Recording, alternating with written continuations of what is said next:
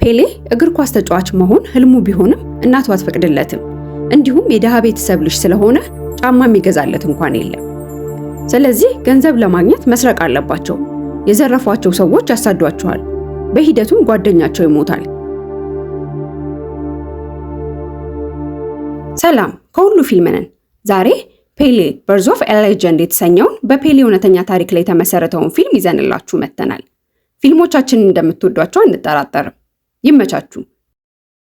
ፊልማችን የሚጀምረው ፊፋ በ1958 የሚደረገው የዓለም ዋንጫ እግር ኳስ ውድድር ሲያስተዋውቅ ነው። ተጋጣሚዎቹም ብራዚል እና ዩኤስኤስአር ነበሩ። ከፍተኛ ቁጥር ያለው ህዝብ ለድጋፍ እየጮኸ ነው። አስተያየቱም የብራዚል ያጨዋወት ስልት የሚተች ነበረ። ትዕይንቱ ወደ ብራዚል መልበሻ ክፍል ይሄዳል። ወጣት ተጫዋቾች ለብራዚል ተሰልፈዋል። በዚያ ፔሌን እንተዋወቃለን። በኋላም ትዕይንቱ ከ8 ዓመት በፊት ይመልሰናል። በዚያ የተሰበሰቡ ታዳጊዎች ጫማ ሲያጸዱና ኳስ ሲጫወቱ እንመለከታለን። ኑሯቸው ዝቅተኛ ስለነበር ልጆቹ የሚጫወቱበት ደህና ኳስ እንኳን የላቸውም። ስለዚህ ከጎረቤት የተሰጡ ልብሶችን ሰርቀው በእነሱ ኳስ ይሰራሉ። ከዚያም በእጃቸው በሰሩት ኳስ መሬት እንዳይነካ ጣራ ለጣራ እያዘለሉ ይጫወታሉ። ከልጆቹ አንዱ የሆነው ዲኮ ጨቂቶ ወደ ቤት ሲገባ እናቱ ከዚህ በኋላ እንዳይጫወት ትከለክለዋለች። በሬስቶራንት ውስጥ የዲኮ አባትን ጨምሮ የአካባቢው ሰዎች ተሰብስበው 1950 ላይ የተካሄደ የነበረውን የዓለም ዋንጫ ፍጻሜ ይከታተላሉ። ቡድኖቹ ብራዚል እና ኡራጋይ ነበሩ። ሁሉም ብራዚል እንድታሸንፍ የላቀ ምኞት ነበራቸው። ህፃናቶቹም የጨዋታውን ሂደት ለመስማት በጣሪያ ይመለከቷቸዋል። በሚያሳዝን ሁኔታ ብራዚል ትሸነፋለች።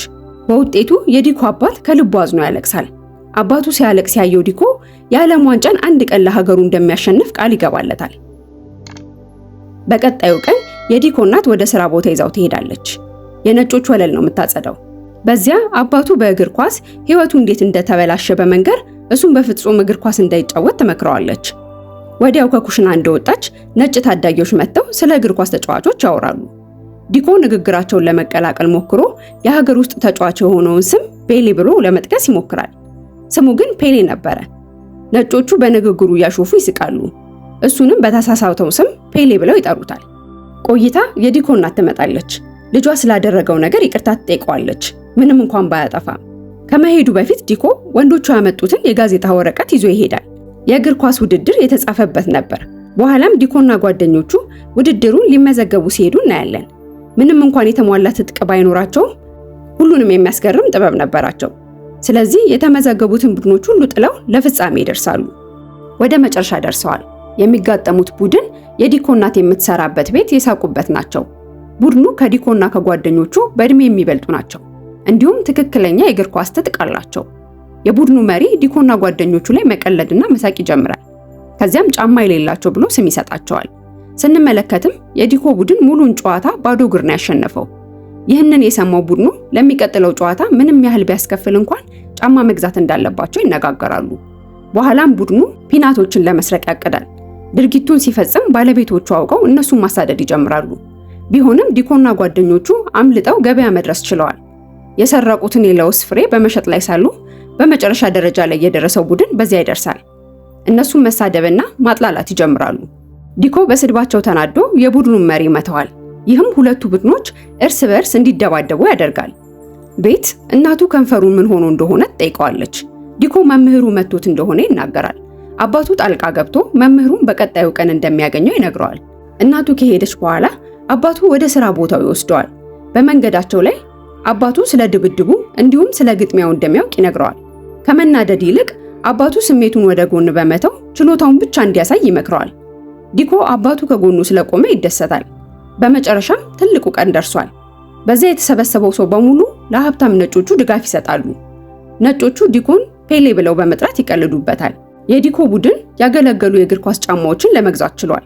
ነገር ግን ከእነሱ መጠን ጫማው ተልቋል። ቢሆንም የማይመቻቸውን ጫማ አድርገው ጨዋታውን ይቀጥላሉ። ይህም የዲኮን ቡድን ዝቅ ያለ ችሎታ እንዲያሳይ ያደርገዋል። ይህንን ክፍተት ተጠቅመው ነጮቹ በጎል ላይ ጎል ማስቆጠር ችለዋል። 6-0 ደርሷል። ዲኮና ጓደኞቹ በሁኔታው ተስፋ ይቆርጣሉ።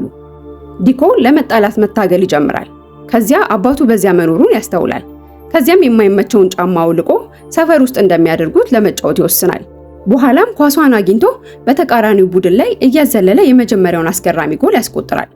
ወዲያው የቡድኑ አባላት ጫማቸውን አውልቀው በራሳቸው መንገድ መጫወት ይጀምራሉ። ጨዋታው ትልቅ ለውጥ ያሳያል። የዲኮ ቡድን ጨዋታውን ይቆጣጠራል። ኳሷን አየር ላይ እያንሳፈፉ ጎሉን ወደ 5-6 ያደርሱታል። ነገር ግን በሚያሳዝን ሁኔታ የዲኮ ቡድን ይሸነፋል። ቢሆንም ተመልካቾቻቸው በሚያስደንቅ ችሎታቸው ተማርከው ፔሌ የተሰኘውን ስም ደጋግሞ መጥራት ይጀምራሉ። ኳሱ ካለቀ በኋላ ኦቾሎን የሰረቋቸው ሰዎች በዚያ ቆመው ይመለከቷቸዋል። ሰዎቹ ሲያባርሯቸው ልጆቹ ወደ ጫካ ይሮጣሉ። አንደኛው የዲኮ ጓደኛ እግሩ በጉቶ ተይዞ ይወድቃል። ዲኮ እሱን ለመርዳት ተመልሶ ወደ ትንሽ ጉድጓድ ወስዶ ይደብቀዋል። በድንገት በኃይል መዝነብ ይጀምራል። ጉድጓዱ ይናዳል። ይህም ጓደኛው እንዲታፈንና እንዲሞት ያደርገዋል። የተረበሸው ፔሌ ወደ ቤት ተመልሶ እናቱ ፊት ያለቅሳል። ራሱን ለጓደኛው ሞት ተጠያቂ ያደርጋል። በቀጣዩ ቀን የፔሌ አባት ወደ ስራ ቦታ ይዞት ይሄዳል። ከጓደኛው ሐዘን ለማላቀቅ አባቱ በማንጎ እየተጫወተ የእግር ኳስ ጥበቡን ያሳየዋል። ለጥቂት ጊዜያት ዝም ካለ በኋላ አባቱን ተቀላቅሎ በማንጎ መጫወት ይጀምራል። ከዓመታት በኋላ ፔሌ 15 ዓመት ሆኖታል። እናቱ ከአባቱ ጋር ሲሰለጥን ተመልክታ የእግር ኳስ ስካውት የሆነውን ዋልድማር ጋር ትደውላለች። እሱም ሊመለከተው ይመጣል። ፔሌ ወደ ቤት ሲመለስ ዋልድማር እሱን ለማግኘት እንደመጣ ሲመለከት ይደሰታል። ዋልድማር ፔሌን የሀገር ውስጥ ጀማሪ ክለብ እንዲቀላቀል ይጠይቀዋል። በሚቀጥለው ትዕይንት ፔሌ ሳንቶስ የእግር ኳስ ቡድንን ተቀላቅሎ ፕሮፌሽናል ስልጠና ይጀምራል። ደካማ ሆኖ ነው የጀመረው። ምክንያቱ ደግሞ ዘመናዊ የእግር ኳስ ጨዋታን ለመልመድ አስቸጋሪ ስለሆነበት ነው። በሁኔታው ደስተኛ ስላልሆነ ፔሌ ወደ ቤት ለመመለስ ይወስናል። በባቡር ጣቢያ እያለ ዋልድማር ሊያገኘው ይመጣል። ለመመለስ ምክንያቱ ምን እንደሆነ ይጠይቀዋል። ፔሌ የእሱ አጨዋወት ዘዴ በአካዳሚው ተቀባይነት እንደሌለውና አሰልጣኙ እንዳልወደደው ይናገራል። ዋልድማር የጂንጋ አጨዋወት ዘዴ ከየት እንደመጣና ለምን እንደተጠላ ያስረዳዋል። ጨምሮም ፔሌን ቆይቶ ለዓለም ችሎታውን እንዲያሳይ ካልሆነ ፈሪ ሆኖ ወደ ቤት እንዲመለስ ይመክረዋል። ዋልድማር ከሄደ በኋላ ፔሌ ለጥቂት ጊዜ አስቦ ለመቆየት ይወስናል። በቀጣዩ ቀን በግጥሚያ ላይ ፔሌ ትንሽ ስህተቶችን ይፈጽማል። ይህም ራሱንና አሰልጣኙን እንዲቆጡ ያደርጋል። በድንገት እሱና አባቱ በማንጎ የሰለጠኑትን ያስታውሳል። ዋልድማር ፊቱ እንደቆመ ሲመለከት እንደሚያውቀው ለመጫወት ይወስናል። ኳሷን አገኘ። በቀላሉ በተጋጣሚው እግር ስር እያሾለከ በማንጎ እንደሰለጠነ አየር ላይ ጠልዛታል። ወደ ጎል ትለወጣለች። አሰልጣኙ ፔሌ ጎሉን ያስቆጠረበት መንገድ አስደንግጦት እንዲደግሞ ያዘዋል። ፔሌ በድጋሚ ጎል ያስቆጥራል። ኳሱን አየር ላይ ያንሳፈፈ ጎል የሚያስቆጥርበት መንገድ ተመልካቾቹን አስገርሟል። ይህም በሌሎች ግጥሚያዎች ላይ ይደግመዋል። ብዙም ሳይቆይ ፔሌ ከጀማሪ ቡድን ወደ ዋናው ቡድን ይቀላቀላል። ፔሌ ሀገሩን ሙሉ እየዞረ ጥበቡን ያሳያል። ከጉዞ በኋላ ወደ ቤተሰቦቹ ስጦታ ይዞላቸው ይሄዳል፣ የአባቱን ሬዲዮ ጨምሮ። በሬዲዮ በ1958 ለሚደረገው የዓለም ዋንጫ ጨዋታ የብራዚል ቡድን ማንን እንደሚያሰልፍ ማስታወቂያውን ይሰማሉ። ፔሌ ልጅ ስለሆነ ለብሔራዊ ቡድን ሊመረጥ እንደማይችል በማሰብ ተስፋ ቆርጧል። ይህን ተከትሎ ዝርዝሩን መስማት ይጀምራሉ። በሚያስገርም ሁኔታ ፔሌ ተመርጧል። ከዚህም በኋላ አባቱ በራሱ እንዲተማመንና ስልቱን እንዲያጠነክር ይነግረዋል። ፔሌ አዲሱን ቡድን ይቀላቀላል። ሁሉም ቤተሰባዊ ቀረቤታ ያደርጉለታል። ቢሆንም ጋዜጠኞቹ ለዓለም ዋንጫ ጨዋታ የጂንጋ ዘዴን መጠቀም እንደሌለባቸው ይናገራሉ። የቡድኑ አሰልጣኝ ፔሌን አስጠርቶት በዚያ የጂንጋ ዘዴን በፍጹም መጠቀም እንደማይቻል ያስጠነቅቀዋል። በቀጣዩ ቀን ፔሌ በአውሮፓውያኖች ዘዴ መጫወት ይጀምራል። አሰልጣኙ እንዳዘዘው ግን አስቸጋሪ ሆኖ ነው ያገኘው። ከዚያ የራሱን ዘዴ ለመጠቀም ይወስናል። በሂደቱ ጉልበቱን ተመቶ ይወድቃል። የቡድኑ ዶክተር መርምሮት ጉዳቱን ከጨዋታ ውጪ ሊያደርገው እንደሚችል ያረጋግጣል። ማታ ላይ ፔሌ ለእናቱ ደውሎ ስለ ጉዳቱ ይነግራታል። እናቱ ትደነግጣለች። ቢሆንም እሱን ማበርታትና ማጠንከር ትጀምራለች። የዋንጫ ጨዋታው ይጀመራል። ብራዚል የመጀመሪያዎቹን 2 ጨዋታዎች ይሸነፋል። እንዲሁም በጨካኝ ቡድኖች ምክንያት ተጫዋቾቻቸው በብዛት ይጎዳሉ። ምንም ምርጫ ስላልነበር የተጎዳው ፔሌ ለሀገሩ እንዲጫወት ይገደዳል። ፔሌ ምክንያት ቢያቀርብም አሰልጣኙ በግድ እንዲሰለፍ ያደርገዋል። በቀጣዩ ትዕይንት ፔሌ ወደ ሜዳ ከቡድኑ ጋር ሲገባ አሰልጣኙ ባቀዱት መሰረት በቀድሞ መንገድ እንዲጫወት ያዘዋል። በጨዋታው ላይ ፔሌ አሰልጣኙ እንዳዘዘው ያደርጋል። በዚህም ሊያሸንፉ ችለዋል።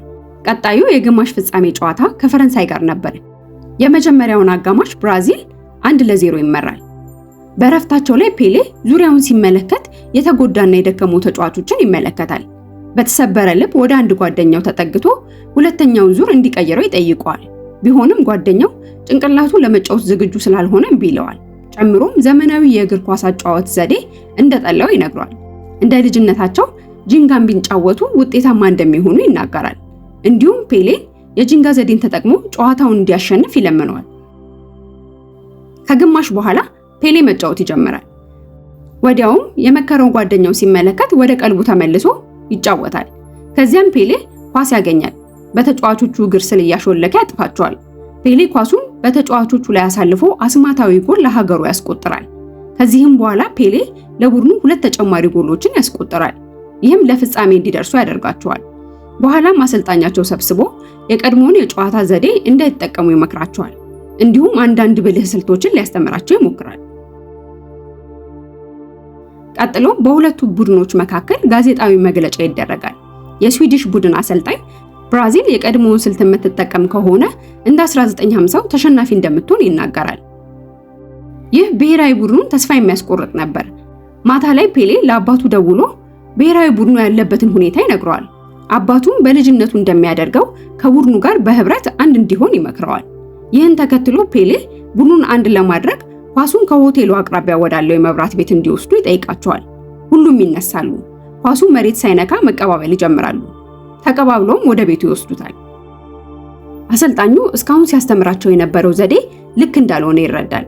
ወደ እነሱ ሄዶ የብራዚል ባህል በሆነው ጂንጋ ዘዴ እንዲጫወቱና ለዓለም የእግር ኳስ ዘዴያቸውን እንዲያሳዩ ይመክራል። የጨዋታው ቀን ደርሷል። ሁለቱም ቡድኖች ለመጋጠም ዝግጁ ሆነዋል። ጨዋታው በተጀመረ በ4ኛው ደቂቃ ስዊዲሽ ጎል ያስቆጥራል። የብራዚል ደጋፊ በሙሉ ይደነግጣል። ቡድኑ ፔሌ ኳስ እንዳያገኝ የተቻለውን እያደረገ ነው። ወዲያው የብራዚል ቡድን ኳስ ይይዛል። ፔሌ የመጀመሪያውን ጎል ያመቻቻል። ቀስ በቀስ ብራዚል ጎል ማስቆጠር ይጀምራል።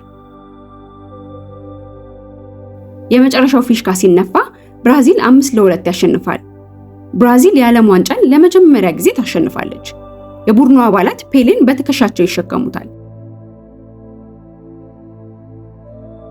ከዚያም ፊልሙ ወደ እውነተኛው ወቅት ይወስደናል። አበቃን።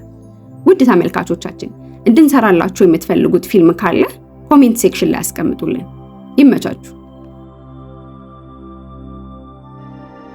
ከሁሉ የፊልም ቻናልን ሰብስክራይብ በማድረግ በዓለም ዙሪያ የሚሰሩ ፊልሞችን ታሪክ በአጭሩ ይመልከቱ።